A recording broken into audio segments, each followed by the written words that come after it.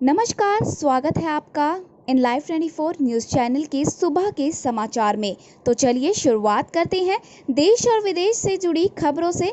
लेकिन उससे पहले अगर आपने हमारे चैनल को अभी तक सब्सक्राइब नहीं किया है तो कर लीजिए और साथ ही बने बेल आइकन को प्रेस करना ना भूलिएगा, जिससे कि आपको वीडियो की नोटिफिकेशन मिलती रहेगी। तो चलिए शुरुआत करते हैं देश से जुड़ी खबरों से। इंडिया चाइना टेंशन, गलवान घाटी को भी विवादित बनाने की चाल चल रहा है चीन। भारत की मजबूत पकड़ से है ड्रैगन को डर। पूर्वी लद्दाख में वास्तविक नियंत्रण रेखा निकट गलवान घाटी क्षेत्र सामरिक दृष्टि से बेहद महत्वपूर्ण है। जानकारी के मुताबिक इस इलाके में LAC पर कोई विवाद नहीं रहा है, लेकिन चीन अब यहां भी गतिरोध पैदा करने की साजिश रच रहा है। चीन को डर है कि इस इलाके में भारत की मजबूत पकड़ से तिब्बत तक उसके जाने वाले राजमार्ग को खतरा पहुंच सकता है। गलवान सेक्टर बेहद संवेदनशील है क्योंकि LAC के नजदीक DSDBO रोड से जुड़ता है। लेह से दौलत बेग ओल्डी तक भारत की सामरिक सड़क दारबुक श्योक दौलत बेग ओल्डी गुजरती है। घाटी में भारत की सबसे अग्रिम गश्ती चौकी के तौर पर गलवान फ्लैश पॉइंट PP-14 है, जिसमें बेहद समीप चीनी सेना आ गई है। चीनी ITBP पोस्ट से PP-14 तक सड़क निर्माण पर विरोध जता रहा है। इस सड़क के जरिए भारत अपनी सामरिक स्थिति को मजबूत करता है। चीन से विवाद के बीच नेपाल के नए फ्रंट से निपटना भी भारत के लिए चुनौती। टकराव के तेवर में ओली सरकार। चीन के साथ सीमा विवाद के बीच नेपाल का नया फ्रंट भी भारत के लिए चुनौती भरा है। जानकार मानते हैं कि नेपाल के साथ विवाद को हल्के में नहीं लेना चाहिए। नेपाल ने जिस वक्त पर विवाद खड़ा किया उसकी टाइमिंग भी सवाल खड़ा करती है। नक्शा संशोधन के पहले भारत से बातचीत का प्रस्ताव नेपाल द्वारा गंभीरता से न लेना भी दिखता है कि नेपाली नेतृत्व इस समय टकराव के तेवर में है। नेपाल और भारत के बीच करीब 1880 किलोमीटर सीमा खुली हुई है। दोनों देशों में 98% सीमा को कवर करने वाले नक्शे पर सहमति है, लेकिन पश्चिमी नेपाल में लिपुलेख, काला पानी और लिम्पियुधारा वो क्षेत्र है जिन पर तनाव जारी है। भारत मानता है कि नेपाल लिम्पियुधारा पर नया दावा कर रहा है। करीब 200 साल तक उसने इस इलाके पर कोई दावा नहीं किया। कई ऐसे क्षेत्र हैं जहां सीमा पर समझ को लेकर कोई विवाद नहीं है। वहीं सीमांकन के लिए बनाए गए पिलर ढाए जाने की घटनाओं ने भी नेपाल की दोस्ताना सीमा पर नई चुनौतियों का इशारा किया है। जानकारों का कहना है कि नेपाल ने 1816 में ब्रिटिश ईस्ट इंडिया कंपनी की सेनाओं से हार के बाद अपने पश्चिमी क्षेत्र का एक हिस्सा छोड़ दिया था। इसके बाद की सुगौली संधि ने काली नदी के उत्पत्ति स्थल को भारत और नेपाल की सीमा तय किया था, लेकिन दोनों देश काली नदी के स्रोत को लेकर अलग अलग राय रखते हैं। इसे लेकर ही विवाद है। ममता बनर्जी ने आज प्रधानमंत्री के साथ डिजिटल बैठक में भाग लेने को लेकर अभी तक नहीं किया है फैसला।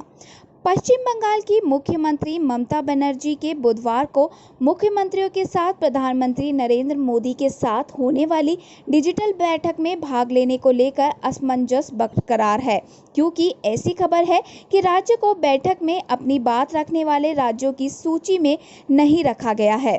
देश में कोरोना वायरस के बढ़ते मामलों को नियंत्रित करने और लॉकडाउन को धीरे धीरे हटाने के मुद्दे को लेकर प्रधानमंत्री मोदी मंगलवार से मुख्यमंत्रियों के साथ 2 दिवसीय विचार विमर्श कर रहे हैं। तृणमूल कांग्रेस के सूत्रों ने कल कहा कि बनर्जी बैठक में भाग लेगी या राज्य सरकार के एक वरिष्ठ अधिकारी राज्य को प्रतिनिधित्व करेंगे, इसके बारे में अभी कोई फैसला नहीं किया गया है। वहीं TMC के एक वरिष्ठ नेता ने बताया कि बैठक में भाग लेने की क्या आवश्यकता है अगर आपको बोलने की अनुमति ही नहीं है। मुख्यमंत्री ने अभी भी प्रधानमंत्री के साथ बैठक में भाग लेने को लेकर फैसला नहीं किया है। TMC के सूत्रों ने कहा कि बैठक में पश्चिम बंगाल को आमंत्रित किया गया है, लेकिन राज्य को बैठक में अपनी बात रखने वाले राज्यों की सूची में नहीं रखा गया है। कोरोना काल में दिल्ली को 500 कोविड केयर कोच उपलब्ध कराएगा रेलवे। आनंद विहार स्टेशन पर लगाए गए 300 कोच। राजधानी दिल्ली में तेजी से बढ़ते कोरोना वायरस के मामलों के बीच रेलवे की तरफ से बड़ी मदद मिली है। रेलवे मरीजों के आइसोलेशन के दिल्ली में 500 कोच उपलब्ध करवा रहा है। रेलवे की तरफ से सोमवार को 300 कोविड केयर कोच अकेले आनंद विहार रेलवे स्टेशन पर इस्तेमाल के लिए लगाए गए हैं। इन कोविड-19 आइसोलेशन डब्बों को साफ सुथरा और सुरक्षित करने की प्रक्रिया लगातार चालू है। रेलवे इन डब्बों को मरीजों की सुविधाओं को ध्यान में रखते हुए तैयार कर रहा है। आपको बता दें कि आखिर किस तरह रेलवे इन ट्रेन के डब्बों को लोगों के रहने लायक बना रहा है।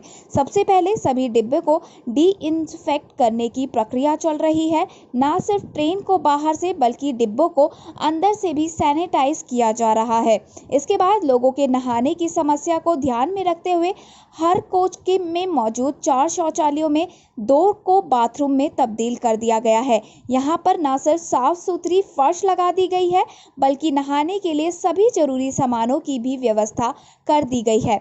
इसके बाद जिस चीज़ का खास ख्याल रखा गया है वो ये है कि एक दूसरे के संपर्क में ना आए। इसके लिए हर 2 बेड के बाद प्लास्टिक के पर्दे लगाकर अलग अलग सेक्शन बना दिए गए हैं। एक सेक्शन में सिर्फ 2 ही बेड रहेंगे। इस हिसाब से पूरे डिब्बे में सिर्फ 16 मरीज रखे जाएंगे। डिब्बों के साइड बर्थ मेडिकल इक्विपमेंट रखने के लिए इस्तेमाल किए जाएंगे। यहाँ पर ऑक्सीजन से लेकर के बाकी जरूरी मेडिकल इक्विपमेंट रखी जाएंगे। यूएनएचआरसी में भारत ने पाकिस्तान को बताया वैश्विक आतंकवाद का केंद्र, कहा धार्मिक अल्पसंख्यकों को प्रताड़ित करना बंद करें। भारत ने मंगलवार को पाकिस्तान को वैश्विक आतंकवाद का केंद्र बताया और इस्लामाबाद से अच्छा पड़ोसी बनने और अपने धार्मिक अल्पसंख्यकों का उत्पीड़न बंद करने को कहा है। संयुक्त राष्ट्र मानवाधिकार परिषद के 43वें सत्र में भारत ने जवाब देने के अधिकार के तहत विदेश मंत्रालय में प्रथम सचिव विमर्श आर्यन ने कहा कि पाकिस्तान में अल्पसंख्यकों की दयनीय स्थिति सर्वविदित है, जहां सुनियोजित तरीके से ईर्ष्या निंदा कानून का दुरुपयोग कर उनके जीवन को और बदहाल बनाया जा रहा है। आर्यन ने भारत के खिलाफ पाकिस्तान की बेतुके और अनर्गल टिप्पणियों को खारिज कर दिया। उन्होंने कहा, ऐसा देश जिसने अपने अल्पसंख्यक समुदाय को दूसरे या तीसरे दर्जे का नागरिक बना दिया है, उसमें दूसरे देश के अल्पसंख्यकों के लिए अचानक ही हमदर्दी जाग गई है। उन्होंने उल्लेख किया कि पाकिस्तान को देश बनने के 60 साल बाद अल्पसंख्यक आयोग बनाने का ख्याल आया। इस तथाकथित अल्पसंख्यक आयोग में भी अल्पसंख्यकों का समुचित प्रतिनिधित्व नहीं है। उन्होंने कहा, पाकिस्तान को अपने अल्पसंख्यकों के प्रति सहिष्णु होना चाहिए और हमारे प्रति मित्रतापूर्ण और सहयोगात्मक रवैया होना चाहिए ताकि दक्षिण एशियाई क्षेत्र में शांति कायम हो सके। साथ ही आर्यन ने कहा कि जम्मू कश्मीर को लेकर भारत का फैसला हमारे संप्रभु अधिकार के तहत हुआ है और ये भारत का आंतरिक मामला है। जम्मू कश्मीर भारत का अखंड हिस्सा है। पूर्व सीएम फर्नांडिस का आरोप निकला सच, अब कुल मौतों में राज्य सरकार ने 1328 मृतकों के आंकड़े और जोड़े। महाराष्ट्र सरकार पर मृतकों के आंकड़े छिपाने के आरोप के बाद आज 1328 मृतकों के नए आंकड़े जोड़े गए और अब राज्य में मृतकों की संख्या 5000 के पार पहुंच गई है। कोरोना संक्रमण का केंद्र बन चुके महाराष्ट्र में मृतकों का आंकड़ा 5000 के पार पहुंच चुका है। पिछले 24 घंटों में महाराष्ट्र में कोरोना संक्रमितों के 2701 मामले सामने आए हैं और 81 लोगों की मौत हुई है। महाराष्ट्र में कुल कोरोना संक्रमितों की संख्या 1,13,445 पर पहुंच चुकी है और 5,537 लोगों की अब तक मृत्यु हो चुकी है। राज्य सरकार ने आज की इस रिपोर्ट में पिछले कई दिनों से कोरोना के कारण मरने वाले 1,328 लोगों की संख्या भी शामिल की है, जिन्हें अब तक इसमें शामिल नहीं किया गया था। शामिल किए गए 1,328 मामलों में से 862 मृतक मुंबई के हैं और 466 मृतक राज्य के दूसरे हिस्सों से हैं। आपको बता दें कि पूर्व मुख्यमंत्री देवेंद्र फर्नांडिस ने 2 दिन पहले आरोप लगाते हुए कहा था कि महाराष्ट्र सरकार मृतकों के असली आंकड़े छिपा रही है और करीब 950 लोगों की मौत के आंकड़े नहीं बताए गए हैं। वहीं पूर्व मुख्यमंत्री देवेंद्र फर्नांडिस ने ट्वीट करते हुए कहा कि मृतकों के आंकड़े जोड़ने के नाम पर की गई लापरवाही को नजरअंदाज नहीं करना चाहिए और इसके लिए जिम्मेदार लोगों पर कठोर कार्रवाई करनी चाहिए। लद्दाख में 20 सैनिकों की शहादत पर सोनिया ने जताया दुख, बोली कि सुरक्षा अखंडता के लिए हम साथ खड़े हैं। सोनिया गांधी ने अपने एक बयान में कहा, लद्दाख की गलवान घाटी में हमारी सेना के अधिकारी और जवानों की शहादत पर बहुत दुख और गहरी पीड़ा हुई है। उनके अदम्य साहस और सर्वोच्च बलिदान को नमन है। उनके परिवारों के प्रति मेरी गहरी संवेदना है। सोनिया ने कहा, देश की सुरक्षा और क्षेत्रीय अखंडता की रक्षा में हम सब साथ खड़े हैं। सर गंगाराम अस्पताल से जोड़ा गया 5 सितारा ताज मानसिंह होटल कोविड-19 केंद्र के तौर पर होगा इसका इस्तेमाल। दिल्ली सरकार ने मंगलवार को एक आदेश जारी कर ताज मानसिंह होटल को सर गंगाराम अस्पताल से संबद्ध करते हुए इसके परिसर और कमरों का इस्तेमाल कोविड-19 केंद्र के रूप में करने के निर्देश दिए हैं। इस होटल को सर गंगाराम अस्पताल के साथ संबद्ध करने का ये कदम राष्ट्रीय राजधानी में कोरोना वायरस संक्रमण के बढ़ते हुए मामले और जुलाई के आखिर तक 1.5 लाख बेड की जरूरत के अनुमान को देखते हुए उठाया गया है। साथ ही आपको बता दें कि टाटा ग्रुप का ताज मानसिंह होटल लुटियन दिल्ली के मध्य में मौजूद है। दिल्ली सरकार ने यहां कोरोना वायरस के मामलों में हो रही बढ़ोतरी के मद्देनजर बड़ी संख्या में बिस्तरों की जरूरत पड़ने की आशंका जताई है। गंगाराम अस्पताल को पहले ही कोविड-19 केंद्र घोषित किया जा चुका है। अमेरिका में भारतीय कंपनियों का $22 अरब से अधिक का निवेश, 1.25 लाख लोगों को मिला रोजगार। अमेरिका में 155 भारतीय कंपनियों ने $22 अरब से अधिक का निवेश किया है। इसके अलावा भारतीय कंपनियों में अमेरिका के विभिन्न हिस्सों में करीब 1.25 लाख लोगों को रोजगार प्रदान किया है।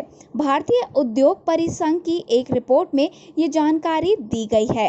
CII की रिपोर्ट इंडियन रूट्स अमेरिकन साइल 2020 शीर्षक वाली रिपोर्ट में सर्वे में शामिल 155 कंपनियों द्वारा राज्यवार निवेश और रोजगार की जानकारी दी गई है। भारतीय कंपनियां अमेरिका के सभी 50 राज्यों के अलावा वाशिंगटन DC और प्यूर्टो रिको में कार्यरत है।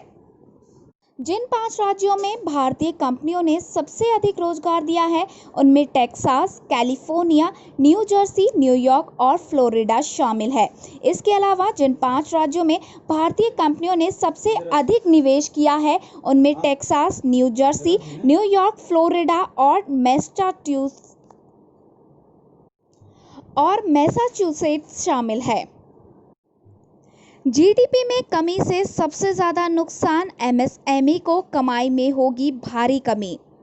सरकार की ओर से 3 लाख करोड़ रुपए का पैकेज जारी करने के बावजूद MSME को कठिनाई का सामना करना पड़ सकता है। क्रिसिल के हाल के आकलन के मुताबिक अगर GDP में 5% की कमी आई तो MSME की कमाई 21% घट जाएगी। क्रिसिल ने कहा कि सरकार और रिजर्व बैंक की ओर से उठाए गए कदमों से भी MSME को राहत मिलती दिखाई नहीं देती। देश में ईंधन की मांग कोरोना वायरस के पहले के स्तर के 80 से 85% पर पहुंची। पेट्रोलियम मंत्री धर्मेंद्र प्रधान ने मंगलवार को कहा कि देश में पेट्रोलियम ईंधन की मांग कोरोना वायरस महामारी के पहले के स्तर के 80 से 85% पर पहुंच गई है। वहीं उद्योग ने कहा कि लेकिन ईंधन मांग में 5% वृद्धि आने में 2 साल लग सकता है। कोरोना वायरस महामारी और उसकी रोकथाम के लिए लॉकडाउन से दुनिया के तीसरे सबसे बड़े तेल उपभोक्ता देश में ईंधन बिक्री 2007 के न्यूनतम स्तर पर पहुंच गई है। UN रिपोर्ट 2019 में 9वां सबसे अधिक विदेशी निवेश पाने वाला देश बना भारत। भारत को वर्ष 2019 में 51 अरब डॉलर का विदेशी निवेश प्राप्त हुआ और वह वर्ष के दौरान दुनिया भर में अधिक प्रत्यक्ष विदेशी निवेश पाने वाले देशों में 9वें नंबर पर रहा। संयुक्त राष्ट्र संघ की व्यापार इकाई की एक रिपोर्ट में ये जानकारी दी गई है। संयुक्त राष्ट्र के व्यापार एवं विकास सम्मेलन ने जारी एक रिपोर्ट में कहा है कि भारत में कोविड-19 के बाद कमजोर लेकिन सकारात्मक आर्थिक वृद्धि हासिल होने और भारत के व्यापक बाजार देश के लिए निवेश आकर्षित करते रहेंगे। मजदूरों को घर पहुंचाने के बाद अब सोनू सूद ने एक शख्स को दिया नौकरी का ऑफर। बॉलीवुड एक्टर सोनू सूद की ओर से प्रवासियों को घर भेजने का सिलसिला अभी जारी है। सोनू करीब 1-2 महीने से मुंबई में परेशान प्रवासी मजदूरों को उनके घर भेज रहे हैं और इस वजह से एक्टर सुर्खियों में भी है।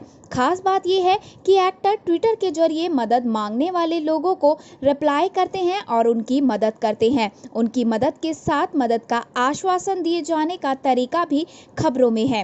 हालांकि अब एक्टर ने मदद का नया तरीका अपना लिया है और वो घर भेजने के बजाय अलग तरीके से मदद कर रहे हैं। दरअसल ये तो आप सब जानते होंगे कि कुछ दिनों से लोग सोनू सूद से मदद मांगते दिखाई देते हैं और एक्टर उसका ट्विटर पर जोरदार रिप्लाई करते हुए मदद भी करते हैं। ऐसा ही इस बार हुआ, लेकिन इस बार सोनू सूद ने उन्हें घर भेजने के बजाय अलग तरीके से मदद करने के लिए ऑफर दिया है। एक शख्स ने ट्विटर के जरिए सोनू सूद से गुहार लगाई कि उन्हें घर जाना है। इस शख्स ने लिखा, सर हम 10 लोग मोगा में फंसे हैं, प्लीज हमें घर पहुंचा दीजिए, उत्तर प्रदेश जाना है।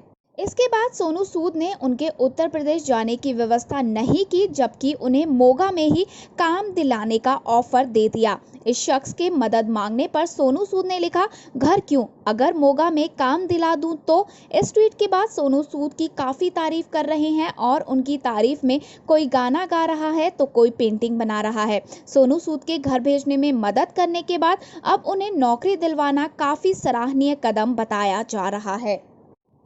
दबंग निर्देशक अभिनव कश्यप ने सलमान खान पर लगाए गंभीर आरोप, बोले मैं सुशांत की तरह हार नहीं मानने वाला। सुशांत सिंह राजपूत की दुखद मृत्यु के बाद से सोशल मीडिया से लेकर इंडस्ट्री तक एक चर्चा छिड़ गई है।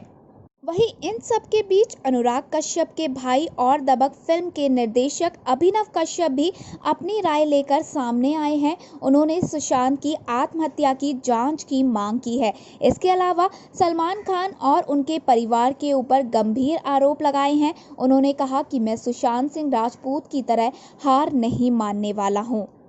अभिनव कश्यप ने अपने फेसबुक पेज पर एक लंबा चौड़ा पोस्ट लिखा है। इसमें उन्होंने 2 बातों का दावा किया है। पहला कि सिनेमा इंडस्ट्री में रॉ टैलेंट को कैसे बर्बाद किया जाता है, वहीं दूसरा उनके साथ सलमान खान ने क्या किया। सलमान और उनके परिवार के बारे में अभिनव लिखते हैं कि अरबाज खान और दबंग के 10 साल बाद की मेरी कहानी है।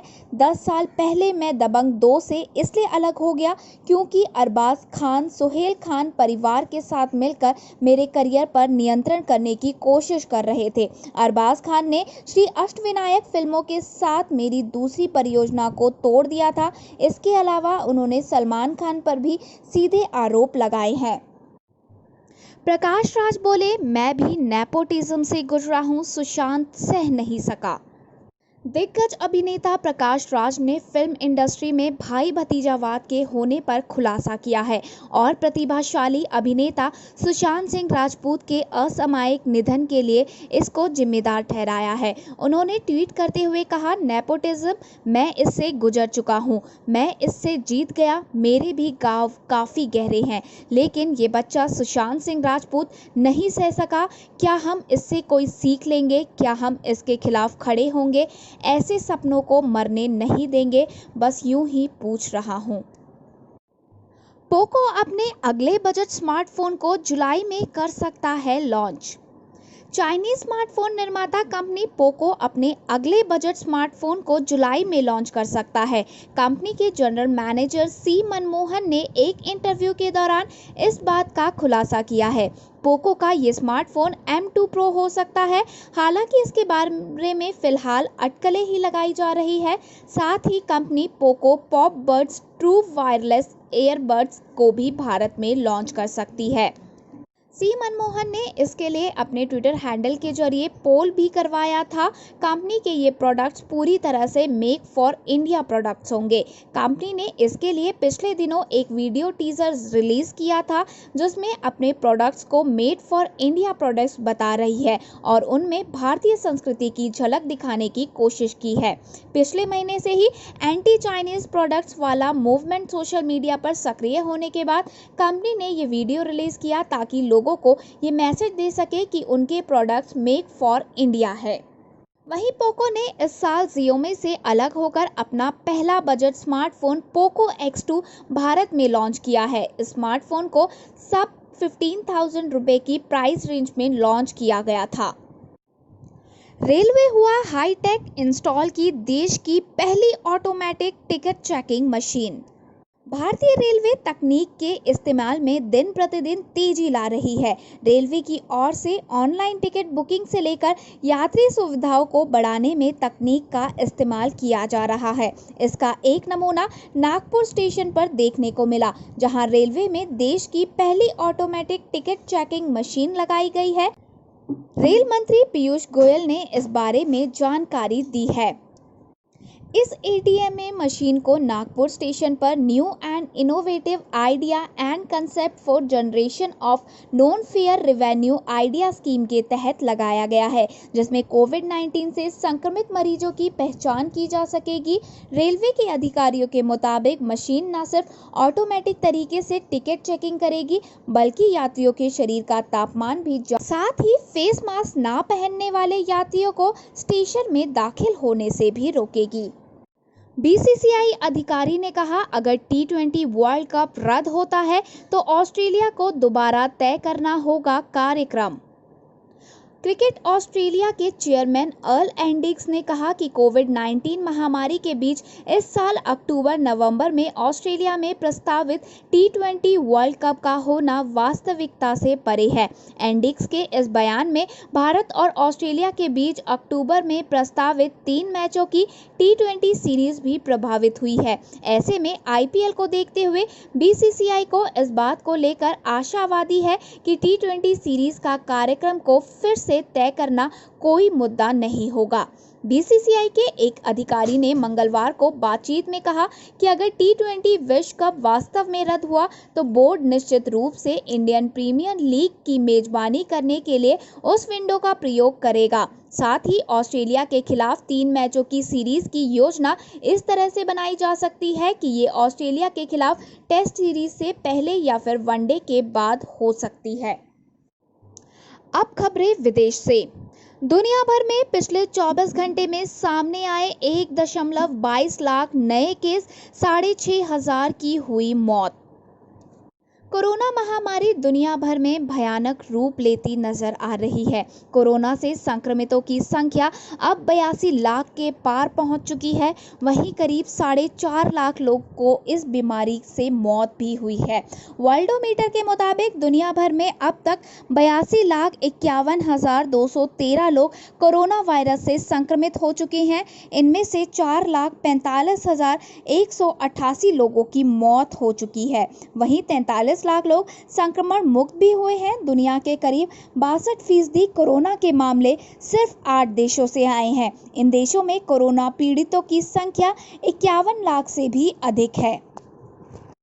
कोरोना ने सबसे ज्यादा कहर अमेरिका में बरपाया है। अमेरिका में 22 लाख से ज्यादा लोग अब तक कोरोना पॉजिटिव पाए जा चुके हैं। 1 लाख से ज़्यादा यहाँ मौतें हो चुकी हैं और ब्राज़ील में भी अमेरिका से ज़्यादा मौतें और मामले दर्ज किए जा रहे हैं। ब्राज़ील के बाद रूस और भारत में संक्रमितों की संख्या दुनिया में सबसे ज़्यादा तेज़ी से बढ़ती नज़र आ रही है। तो चलिए आपको बताते हैं टॉप 5 कंट्रीज़ की कोरोना आंकड़ों की संख्या और इसके साथ ही मौत का आंकड़ा। नंबर 1 पे है अमेरिका, जहां पर टोटल केस हैं 22,08,379 और यहाँ मौत का आंकड़ा पहुंच चुका है 1,19,132 पर। इसके बाद दूसरे नंबर पे है ब्राज़ील। यहाँ पर कुल 9,28,834 मामले हैं और मौतों की संख्या 45,456 पर पहुंच चुकी है। तीसरे नंबर पे है रूस, जहां पर कुल केस हैं 5,45,458 और मौत का आंकड़ा पहुंचा है 7,284 पर। फिर इसके ठीक पीछे है भारत, जहां पर 3,54,161 मामले आ चुके हैं और मौतों का आंकड़ा 11,921 पर पहुंच चुका है। वहीं पांचवें नंबर पर है यूके। यहाँ पर केस हैं 2,98,136 और मौतें अब तक यहाँ हो चुकी हैं 41,969 की। आपको बता दें कि ब्राज़ील, रूस, Spain, UK, Italy, Bharat, Peru में कोरोना मामलों की संख्या 2 लाख से पार हो चुकी है। इनके अलावा 8 ऐसे भी देश हैं जहां 1 लाख से ज़्यादा कोरोना केस है। 4 देश अमेरिका, ब्राज़ील, ब्रिटेन, इटली ऐसे हैं जहां 30,000 से ज़्यादा लोगों की मौत हो चुकी है। अमेरिका में मौत का आंकड़ा 1.19 लाख को पार कर चुका है। चीन टॉप 18 संक्रमित देशों की लिस्ट से बाहर हो चुका है। वहीं भारत टॉप 4 देशों में शामिल हो चुका है। बीजिंग में कोरोना से हालात बिगड़े। कोविड-19 इमरजेंसी को 3 से 2 किया गया। कई इलाकों में हुआ लॉकडाउन। कोरोना संक्रमण के नए मामलों में भारी इजाफे के बाद बीजिंग ने कोविड-19 इमरजेंसी रिस्पांस लेवल को 3 से बढ़ाकर 2 कर दिया है। इसके तहत सामुदायिक स्तर पर बंद करने का प्रबंध किया गया है। लोगों का तापमान चेक किया जाएगा और प्रवेश से पहले हेल्थ कोड को देखा जाएगा। समुदायों, उपजिलों, उच्च और मध्यम इलाकों की गलियों में बाहरी लोगों और कारों के प्रवेश पर प्रतिबंध रहेगा। उच्च जोखिम वाले उपजिलों में किसी को बाहर जाने की अनुमति नहीं दी जाएगी। बीजिंग म्युनिसिपल गवर्नमेंट के डिप्टी सेक्रेटरी जनरल चेन बेई ने मंगलवार रात को एक प्रेस कॉन्फ्रेंस में इसकी घोषणा की। इमरजेंसी लेवल 2 के अंतर्गत बीजिंग के सभी भूमिगत ठंडे स्थानों को बंद कर दिया जाएगा। दूसरे सार्वजनिक स्थान जैसे लाइब्रेरी, म्यूजियम, आर्ट गैलरी और पार्कों में निश्चित समय के लिए रिजर्वेशन होगा और वो भी जब तक लोगों की आवाजाही 30% से कम हो। एलएसी पर खूनी टकराव को लेकर संयुक्त राष्ट्र ने जताई चिंता। भारत चीन से संयम बरतने को कहा। संयुक्त राष्ट्र महासचिव एंटोनियो गुतेरेस ने भारत और चीन के बीच वास्तविक नियंत्रण रेखा पर हिंसा और मौत की खबरों पर गहरी चिंता जताई है और दोनों पक्षों से अधिकतम संयम बरतने का आग्रह किया। गुतेरेस के प्रवक्ता ने मंगलवार को ये जानकारी दी। भारतीय सेना की ओर से जारी एक वक्तव्य के अनुसार पूर्वी लद्दाख घाटी में चीनी सैनिकों के साथ हुई हिंसक झड़प में भारतीय सेना के कुल 20 जवान शहीद हो गए, जिसके बाद पहले से जारी गतिरोध की स्थिति और गंभीर हो गई है। धन्यवाद। अभी के लिए बस इतना ही। आगे की और खबरों के लिए बने रहिए हमारे साथ इन लाइव 24 न्यूज़ चैनल में। और अगर आपको हमारी ये वीडियो पसंद आई हो तो प्लीज़ लाइक और दोस्तों के साथ शेयर ज़रूर करें और जाने से पहले हमारे चैनल को सब्सक्राइब ज़रूर करते जाएं।